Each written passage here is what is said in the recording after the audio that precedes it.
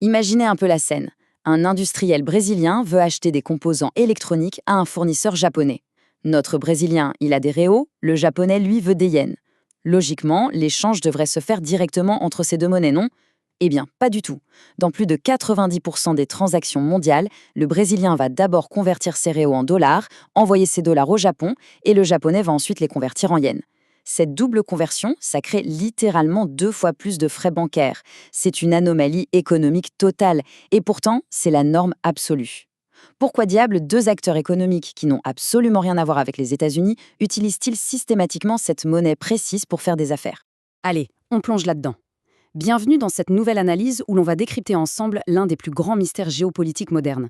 On va voir comment, concrètement, une simple devise nationale a réussi à se transformer pour devenir l'arme économique et stratégique la plus redoutable du XXe siècle, au point de façonner le moindre échange commercial sur la planète.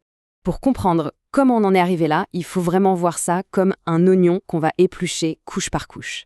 Et notre toute première couche, c'est la règle historique posée en juillet 1944. Parce que vous savez, une hégémonie monétaire de cette ampleur, ça ne tombe pas du ciel par accident.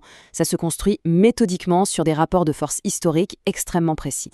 On est à la conférence de Bretton Woods. La guerre n'est pas encore finie, mais l'Europe est dévastée et le Royaume-Uni est à bout de souffle. Ça crée un déséquilibre de pouvoir colossal en faveur d'un seul pays. Ce qui est fascinant avec ce chiffre de 35, c'est la réalité qu'il cache.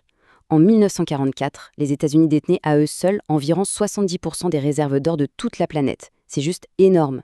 Ça leur a permis d'imposer un système simple. Toutes les autres monnaies étaient rattachées au dollar, et seul le dollar était directement convertible en or, au prix fixe de 35 $ l'once. Résultat des courses, le dollar s'est retrouvé au centre absolu du commerce planétaire. Avoir des dollars en poche, c'était littéralement comme détenir de l'or. Bon, avançons un peu dans le temps pour découvrir notre deuxième couche, l'ère des matières premières dans les années 70. Et c'est là qu'on tombe sur un paradoxe complètement fou. L'abandon de l'étalon or aurait dû couler le dollar, mais en fait, ça l'a rendu encore plus fort. Regardons bien les étapes de cette bascule. En 1971, le gouvernement américain subit d'énormes pressions et décide carrément d'abandonner la convertibilité du dollar en or. Normalement, une monnaie qui perd sa garantie matérielle devrait s'effondrer instantanément. Mais juste après, un accord diplomatique majeur est négocié avec l'Arabie saoudite, puis élargi au reste de l'OPEP. La nouvelle règle devient la suivante. Le pétrole sera désormais vendu exclusivement en dollars américains. Et en échange, les excédents, ce qu'on appelle les fameux pétrodollars, seront réinvestis dans la dette publique américaine. Puisque le pétrole, c'est vraiment le sang de l'économie industrielle, d'un seul coup, chaque pays a un besoin vital et constant de posséder des dollars juste pour faire tourner ses usines. La monnaie n'était plus adossée au métal jaune, elle était directement liée à l'énergie et protégée par un parapluie militaire américain. Ce qui nous amène à observer comment tout ça s'imbrique pour former notre troisième couche. C'est ce qu'on appelle le privilège exorbitant. C'est un terme génial inventé par le ministre français des Finances dans les années 60 pour décrire les avantages structurels délirants dont bénéficie le pays qui émet la monnaie mondiale. Détaillons un peu la mécanique. Déjà, si vous imprimez trop de billets et créez de l'inflation, cette inflation ne reste pas coincée chez vous. Elle est exportée et absorbée par tous les autres pays qui ont désespérément besoin de votre devise. Ensuite, vu que le monde entier demande votre monnaie, vous pouvez emprunter à des taux incroyablement bas, ce qui vous permet de maintenir des déficits commerciaux massifs indéfiniment. Imaginez une boulangerie qui accepterait de vous donner du pain tous les jours en échange de petits bouts de papier avec écrit « Je te paierai plus tard » dessus et que vous pourriez imprimer vous-même à l'infini dans votre salon. C'est exactement ça. Et cerise sur le gâteau, puisque la plupart des transactions passent par des systèmes basés aux États-Unis, ça leur donne une fenêtre de surveillance totale sur l'économie globale. Sauf que voilà, ce système financier virtuel, il ne flotte pas magiquement dans le vide. On passe à notre quatrième couche, la réalité physique, la géographie et l'armée. C'est un aspect qu'on sous-estime tout le temps. Cette domination monétaire repose massivement sur la géographie. Topographiquement parlant, les États-Unis opèrent comme une immense île-continent. Ils ont 2 océans gigantesques de chaque côté et des voisins qui ne présentent aucune menace existentielle. Comparez ça objectivement avec des pays comme l'Allemagne, la Russie ou la Chine. Eux, ils ont de longues frontières terrestres, souvent avec des voisins historiquement rivaux ou instables. Quand vous avez une sécurité géographique telle qu'elle vous met à l'abri de toute invasion terrestre depuis plus de 2 siècles, vous n'avez plus besoin de défendre passivement votre territoire vers l'intérieur. Vous pouvez projeter activement toute votre puissance vers l'extérieur. Et l'illustration parfaite de cette force de projection, c'est ce qu'on appelle la marine hauturière, une flotte capable d'opérer en eau très profonde, partout sur le globe. Les chiffres froids montrent une asymétrie assez ahurissante. Avec 11 porte-avions à propulsion nucléaire 100% opérationnels, la puissance américaine contraste avec les flottes encore en plein développement ailleurs. La Chine, par exemple, en compte 3 aujourd'hui, dont un seul de conception vraiment moderne. C'est un paramètre central dans le rapport de force matérielle. Et cette projection océanique, elle s'appuie sur un réseau impressionnant.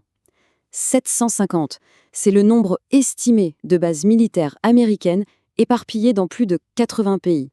Si on compare ça aux quelques bases extérieures de la Russie ou de la Chine, on est face à ce que les experts l'appellent un véritable archipel stratégique, un immense réseau de points d'appui pour sécuriser les zones clés de la planète.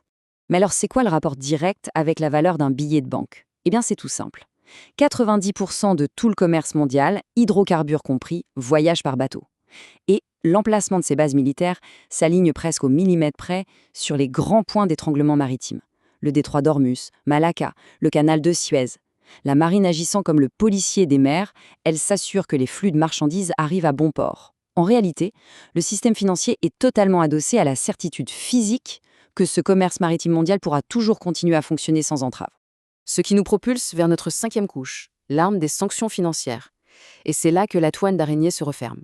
Le point crucial ici, c'est qu'en combinant la finance, la géographie et l'armée, on a créé une toute nouvelle forme de coercition, une guerre non cinétique, sans balles ni missiles.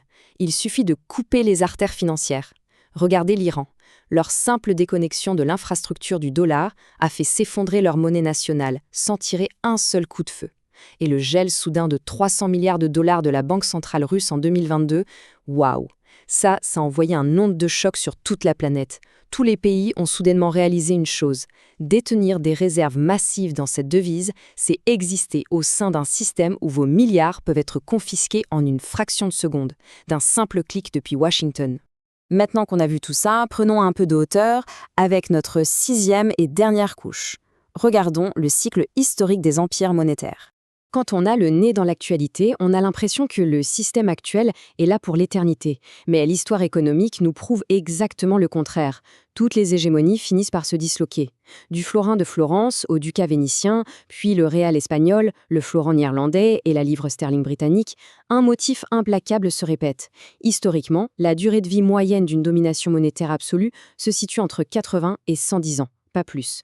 Et ces cycles se terminent presque toujours de la même façon. Le pays s'étend trop militairement, accumule une montagne de dettes et finit par perdre la confiance des autres nations. Alors posez-vous la question. Sachant que l'architecture instaurée à Bretton Woods a aujourd'hui très exactement 82 ans, à quel stade nous situons-nous sur cette fameuse courbe historique? C'est fascinant, n'est-ce pas? Ça nous oblige vraiment à regarder les tensions actuelles et l'émergence des nouveaux systèmes de paiement alternatifs, non pas comme de simples anecdotes, mais comme le rouage d'une immense horloge historique. Absolument rien n'est permanent. Mais face à ces cycles inéluctables, comment les superpuissances anticipent-elles les prochains mouvements de leurs adversaires? Parce qu'évidemment, aucun de ces acteurs géopolitiques n'agit au hasard. Tout est affaire de calcul rationnel et de stratégie. Et c'est précisément ce qu'on va décortiquer dans notre prochain décryptage en plongeant au cœur de la théorie des jeux. Une méthode mathématique incroyable pour comprendre les rivalités les plus complexes de notre monde. En attendant, merci d'avoir suivi cette analyse et à très vite pour la suite.